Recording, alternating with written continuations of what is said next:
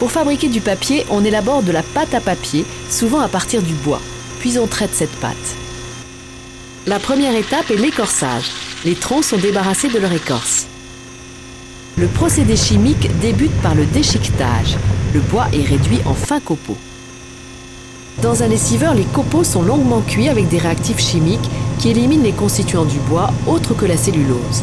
À la sortie, on obtient des fibres de cellulose pures.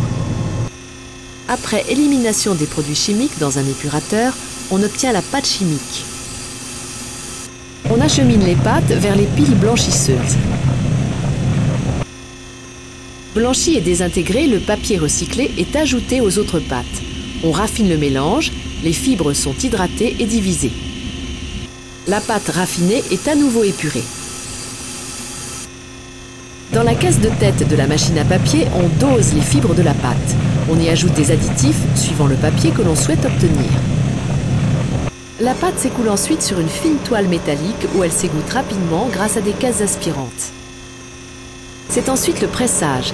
Le ruban de papier est laminé par les rouleaux des presses coucheuses. Le ruban arrive ensuite dans la sécherie où il passe entre des cylindres chauds. Le papier est lissé entre les rouleaux verticaux de la calandre. Il est enfin enroulé à grande vitesse sur d'énormes bobines. Le procédé mécanique commence par le défibrage. Le bois est râpé dans de l'eau. Il est réduit en une pulpe. On obtient ce qu'on appelle la pâte mécanique.